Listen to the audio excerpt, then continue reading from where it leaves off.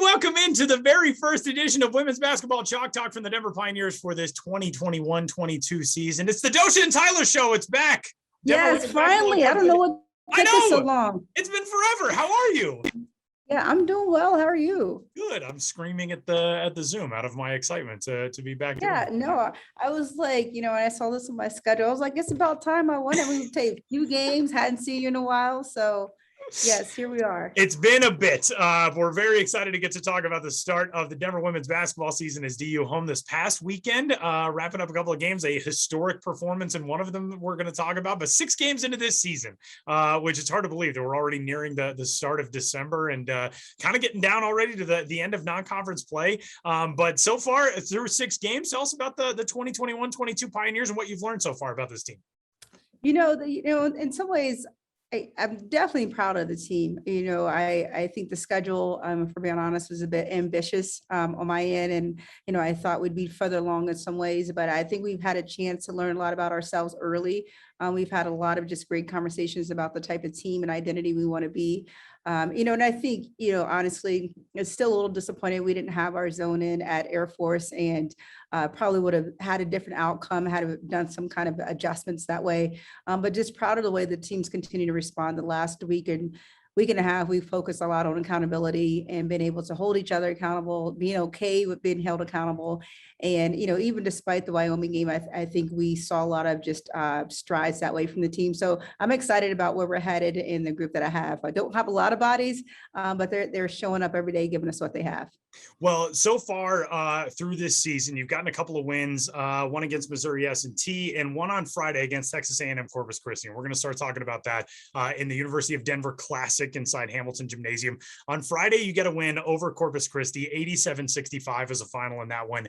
And you have a day in which you have a historic performance by one player and you get a team effort that really leads you into a very good win. And it's going, next up against a non-conference opponent who was really difficult in Wyoming. But to be able to go out and see your team rally around a performance that was ridiculous with Anna Jackson going for a school record 36 points, 10 3-pointers, and to get a win on home floor day after Thanksgiving. Tell us about that one, about that performance, and about your team being able to keep the hot hand hot and roll to a victory with it. That was such a fun game. Anna actually didn't score in the first quarter. And right. So once she got hot, I felt like everybody wanted to be that person to get her the ball, keep feeding her the ball. And, I think what was most special about that, honestly, other than the win, was we made 29 baskets. We had 23 assists on 29 baskets. And I think it just showed just the type of basketball we want to be able to play, where we can share the ball, recognize when somebody's hot and be okay with feeding them the ball, setting a screen to get them open. And, there's a couple of shots that I'm sure the basket seemed as big as the ocean, but it really, and she'll say this as well, it really was a credit to the team, just in terms of the hard week of practice that we had. And I was so happy for them to see it just transpire on the court. When I say it was a hard week, it was one of those where we started to have to put some time and accountability on just some defensive breakdowns we were able to have. And so unfortunately for them, it resulted in a sprint for this and a sprint for that. And to see them rally and to see them show up the way that they did in a game. And like I said, the 10 threes, I think she was 10 for 17, was very impressive, but the 23 assists and 29 baskets is what I was most proud of. I know Anna said after the game that her teammates, when she wasn't shooting it well a couple games prior to that, kept telling her, we feel like every time you let it go, it's going in. To have a group that encourages each other like that, even through some bumps in the non-conference portion so far, you're only 6 games in, and to know that your players have each other's backs like that, what does that mean to you as a head coach? That's what we worked on. We started this chemistry and connection in the summer, and being able to learn each other's personalities, what I need to say to Anna to pick her up as opposed to Juice to pick her up as opposed to Tess. And I think they really bought into that and started to understand what we need each person to do in order to win a game. And we obviously know Anna can shoot the ball, and being okay if it's your job to set her screens that day and to keep her confidence high. So that's what I'm really proud of, is just the connection that we've been able to build starting in the summer. And as we continue to go, as I told him, the summer's the easy part, right? We're not playing games. And now that we have this kind of, you can't ever simulate the adrenaline of a game and things like that. So now that we have a game to kind of see, okay, I really need to talk to someone. And I think they really have embraced that part. And it starts with them just building those relationships off the court. And you're seeing that translate on the court as well. Doshia, for your team, you go on a couple days later after the win over Texas A&M Corpus Christi, and actually it was the next day. Time doesn't mean anything during the Thanksgiving holiday. Right, it really doesn't. On Saturday, you take a loss against a good Wyoming team, and you get a chance to learn from that. When you've watched film, you've evaluated what that game was in the analysis that you've been able to take away. What were your biggest takeaways from Wyoming? Watching it live, I was disappointed. I was just confused about why we were struggling to score so much. And we do a lot of shooting drills. It's no secret how we want to play, shoot threes and layups. And going back watching the film, I think I felt just some encouragement. And since we were just missing open shots, that Wyoming, definitely credit to them. They did a great job of having a lot of heavy help in the paint. That's why you didn't see Juice score as much, just in terms of having size. What we did against Corpus the night before, being able to penetrate and kick and find the open person, we didn't do it so much the second day. And then the times that we did get open looks, we just were too hesitant for some reason. So been able to clean that part up. And then obviously defensively, you can't spot somebody 28 points in the first quarter and not be able to shoot the ball. So we've tried to focus on taking a little bit more pride in our defense. And just so when the ball leaves our hand, you can't control if it's going to go in or not. But you can't control, at least contesting a shot, pressing the ball. So I felt, though the loss was definitely lopsided, I felt some encouragements, a lot of things that we could clean up. But really starting on a defensive end of the ball, 28 points, and we just played catch up the rest of the game. Playing catch up, spotting 28 points, and not being able to shoot is a bad combination. When you came in and took over this program, the thing that I noticed immediately about this team is its personality. And they've got a head coach who's got a great personality and a coaching staff that's very engaging. You guys all got to spend the Thanksgiving holiday together. What was that like? I talked with Pioneers head men's coach Jeff Wilburn about it on their side. And for your team, getting a chance to be around each other away from basketball is such an important component of building a team. Tell us about the Thanksgiving holiday. It's something that I was just fortunate that we were able to have the team over in person last year. The staff cooked as well, but we delivered the meals and we jumped on Zoom and had our meal there. And because of finals, we actually gave the team a choice. We can do the same thing.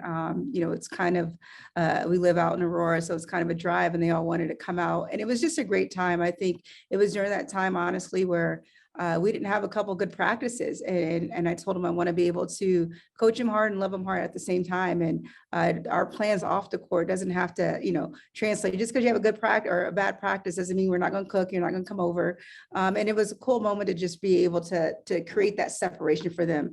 I always said when I had the opportunity to become a head coach that the two things that would be staple for me and my program is the staff providing that meal whenever it could happen, Thanksgiving, and then adopting a family at Christmas. And we had a chance to talk about the family that we're going to adopt this year. Last year, we adopted a family with two young kids, and we're doing the same this year, two young girls with the community action group. So it was just a fun time, and it was a great time to be thankful, but then also talk about how we can give back and adopting a family at Christmas and providing our team a holiday meal will be staples that you can expect from me and my staff.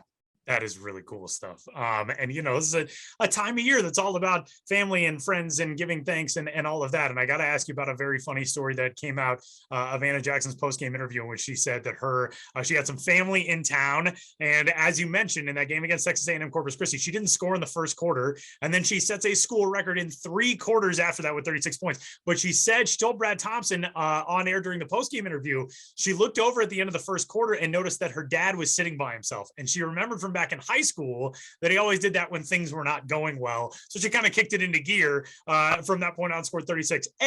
Do you have any family stories like that about your family? Was there anybody that you would look over and be like, oh man, this is not a good sign? And B, what was your reaction when you heard that from Anna? I didn't have a story like that. It was never, no one really in the stands that I would look for that way, but I thought it was a great story on her end. It's so funny too to hear her dad say that wasn't the reason why he moved. He couldn't see. Right, he couldn't see, and I'm thinking whatever it takes. I almost feel like I need a cutout of Mr. Jackson when we go on these road trips. But he's like he couldn't see, but in her mind, whatever it takes to get her motivated I think I need to use that in practice. Your dad moves seats, I can pretend to your dad. But no, I thought it was a great story. And I also thought it was a credit, sometimes when you come out the gate slow, it can kind of be easy to stay in that mindset, right? I didn't make a shot. I didn't get open shot. And for her to keep working, and we watched a lot of that film, both positives and things that we can do better. And I was just a really good credit to her, but it's just funny how they choose things to motivate themselves, right? Like whatever it takes, I'm gonna take it. So no, that was funny. Let's talk about some other some fun stuff before we get to the final stage of this and talk about what's coming up this week for your team. One of my favorite things about you is not only are you a supporter of all Denver athletics, we'll be doing a broadcast of lacrosse or hockey or men's basketball or whatever. Doshia's tweeting along with it. You're also such a massive supporter of women's athletics, and if it's not your team, you're still watching the college tournaments, you're still watching the WNBA, all of that. I know Dawn Staley sent you a piece of her 2017 national championship net, and she said after winning that title, she was going to send a piece of the net to every Black female head coach in America. And you didn't realize that meant literally everyone. And you got a piece of that net. What did that mean to you? I remember when you posted it on Twitter, it seemed very emotional and very important. What did that mean when you got that? I keep saying this, and the people that know me know that I'm just, I mean what I say what I mean, and I say it with my chest. I'm just that type of person that, so when I got it, I didn't think she met everybody. And so a few of my friends texted me, was like, I can't believe you said that. I'm like, I didn't think, so I was just absolutely floored. I arrived the day of the Air Force game, and we were having pregame. I had a chance to just kind of share that moment with the team. And it just, it was a type of motivation that, I'm one that, as you mentioned, I'm watching a lot of basketball.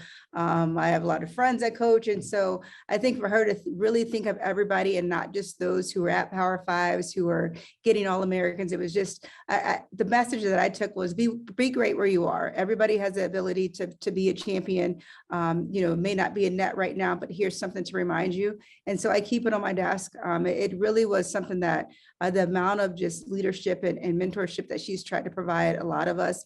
And it's funny, after watching her team in the Bahamas, they held Connecticut to 3 points in the fourth quarter in that championship tournament. And I texted a friend, actually one of her assistants, and I said, I see why Dawn gave us these nets. She clearly is going to get another one either this year or next, if they keep playing like that. So I know it was an incredible gesture that I think a lot of us at the lower levels honestly didn't expect, and the way that she's been able to motivate us and us to rally around that and support each other. I started a head coaches group, which is about 8 of us head coaches, 4 of us are Black females in a group. And, we've had kind of rough starts to the season, and be able to have that group to refer back to, pick each other up, and use as a motivation. So she's done that because of her leadership. We're all trying to lead where we can. And I definitely want to be able to get my own piece of that sometime. But yeah, I keep it on my desk as motivation. That's a pretty amazing story. And it's a perfect segue into the next step in your season, which is your team actually hasn't had to leave the state of Colorado as of yet. You play against Air Force, you get a swath of home games behind that. This weekend, you finally will do that. You'll take on UC Santa Barbara coming up on Thursday in Santa Barbara. Then you're at Cal Poly on Saturday in San Luis Obispo. Back here for a home game against Colorado Christian, then 2 more games on the road in Indiana against Butler and Purdue.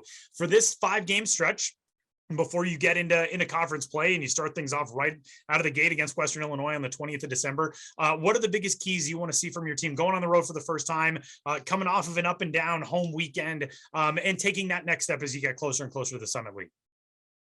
Like I told the team, I'm not necessarily focused on the outcome. Obviously, you want to be able to win every game, but I just want us to be consistent, to be a team, and to kind of know what we're going to be day in and day out. And when we're struggling with that consistency right now, we've focused a lot on the defensive side of the ball. So to continue to at least try to keep people in the low 70s, 60s is something that we'll focus on. And then not getting too impatient with our offense. I really believe in our offense. And, having a classic this past weekend, we actually had a lot of compliments, not just because Anna made 10 threes, but we made 19 total as a group. It's funny, quick story, we're doing a pledge this year. So you can, whether it's $1, $2 for every 3 that we make, you can kind of just follow the team that way. And the opposing high school coach that I grew up in, she pledged. So when she commented on the video about Anna, it's like, oh, that you guys are taking my money, it's $50. And I said, well, we made 19 as a team, and she made 10 by herself. So she pledged $5 at 3. So then I text her. I said, hey, are you sure that wasn't a typo? Because this is how we play. And so she's like, no. She's like, you have to be able to make them. So, I think to be able to keep the ball movement with our offense, really not letting it stick, keeping our spacing, been able to attack more and get to the free throw line more. But I think if you made me narrow it down defensively, really want to be able to just keep them in the 60s, low 70s, and clean up our rebounding. We go back to that Air Force game and even that Wichita State game, we gave up a lot of second, third chances at the basket. And that's something that we've really tried to focus on. And then offensively, it was nice to see Megan Boyd kind of get out of her slump and have that consistency. I think we're a team that can have 3 to 4 people in double figures, and it could be anybody's night. It happened to be Anna's that one night. But we want to be a hard team to scout. So we will keep emphasizing sharing the ball offensively and finishing plays defensively. Well, a lot of fun stuff coming up for the Pioneers, who are on the road in California this weekend. Back home, then on the road to Indiana before Summit League play starts. She is Doshia Woods. Back on the road for and back League. On the road right after that as well, hitting Western Illinois and St. Thomas out of the gate, making that trip. So yeah, really only one more home game basically in 2021. I know you'll get Oral Roberts the last or second to last day of the year, but yeah, this is you get to start easing into the schedule at home, and now you get the frequent flyer miles back. But this California trip will be just kind of good prep too for what to expect in conference. 2 different opponents, a day prep in between, a little bit better than last year, playing back-to-back doubleheaders with the same refs, might I add. But that's a whole nother segment, Tyler, we don't have time for. So I'm excited to just, I keep telling people this is year 1A in terms of being a head coach for me. So to be able to have that balance and how to prepare, all week for two teams essentially, and try to slide things in and things like that. So I'm excited to have a little bit more of a normal year this year and to continue to grow myself. Certainly a very different way to start a career in a season with nobody in the building and with weird road trips and all of it. And now some normalcy. I know. I'm looking at people like, why are people in the stands and why are we on this side of the floor? I'm like, is this how it normally looks? Like, I had no clue. People, our poor, just kind of game day crew, like asking questions. I'm like, let's just talk at the end of the year. Because is this how it's supposed to look? I don't know. So it's been fun to like kind of see that too and learn that, because as you mentioned last year, just kind of playing with no one in the stands. I'd noticed I'm probably a lot calmer this year. It's probably because I feel like people are actually watching. But yes, it's been fun. It's been fun to kind of see what it can look like. And I've been impressed with our crowds too. It's nice to even just, we mentioned the story about Anna and her dad, and to meet some of the parents. You coach some of Meg Uju for a whole year and don't even meet anybody, and to finally meet their parents for the first time. So it's been a great experience that I know has provided some inspiration for them as well. So thankful to have people back in the buildings and to have some things feeling normal as we get closer and closer to the start of Summit League play in 2021 and on into a new year, as crazy that is. She is Denver head basketball coach Doshia Woods. It's so great to see you again. So great to do this again. We'll do it again next month, of course, and we'll have so much more to discuss, including more holiday plans and things, which are, we're good at riffing. We've always been good at riffing. Always. And we got a lot of holiday plans. So things obviously off the court, on the court, but definitely excited to be back on air with you and then share these stories. I still think we need our own show. So we'll just ease everybody into it slowly. Exactly. Right? We're laying the groundwork. Yes. Exactly. Yeah. It's fantastic. The Doshia and Tyler Show. She's Doshia Woods. I'm Tyler Maun. Denver basketball back at home. One more home game in the non-conference slate on December 7th against Colorado Christian. You can get your tickets for that. And for Doshia Woods, I'm Tyler Maun. We'll talk to you next time on Chalk Talk from the Denver Pioneers. Thank you, Tyler. Go Pios.